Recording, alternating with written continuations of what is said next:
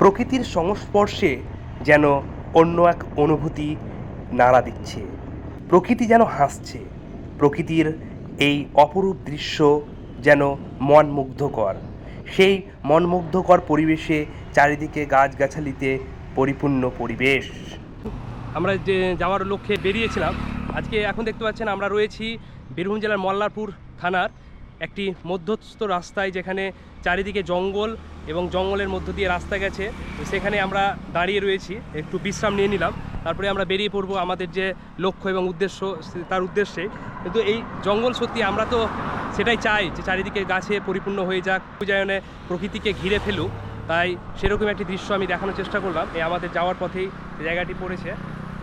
সকলে সচেতন থাকবেন এবং বৃক্ষরোপণ করবেন, প্রকৃতিকে বাঁচাবেন, তবেই আমাদের বাঁচবে প্রাণ, আর তবেই বাঁচবে এই পৃথিবী। পৃথিবী হচ্ছে আমাদের একটি অমূল্য সম্পদ, যেটাকে রক্ষা করা আমাদের কর্তব্য এবং দায়িত্ব। এই গাছ আমাদের একমাত্র সম্বল, যার জন্য আমরা পৃথিবীকে রক্ষা করতে পারবো। এ প্রাপ্তি এক অন্য শান্তি, এক অন্য অনুভূতি। এই আজকের এই মঞ্চে উপস্থিত থাকতে পেরে নিজেকে ধন্য মনে করছি, কারণ আমরা যেভাবে প্রকৃতির এক সংস্পর্শে থাকার চেষ্টা করি, সেখান থেকে এই অনুভূতি সত্যি এক অন্যরকম।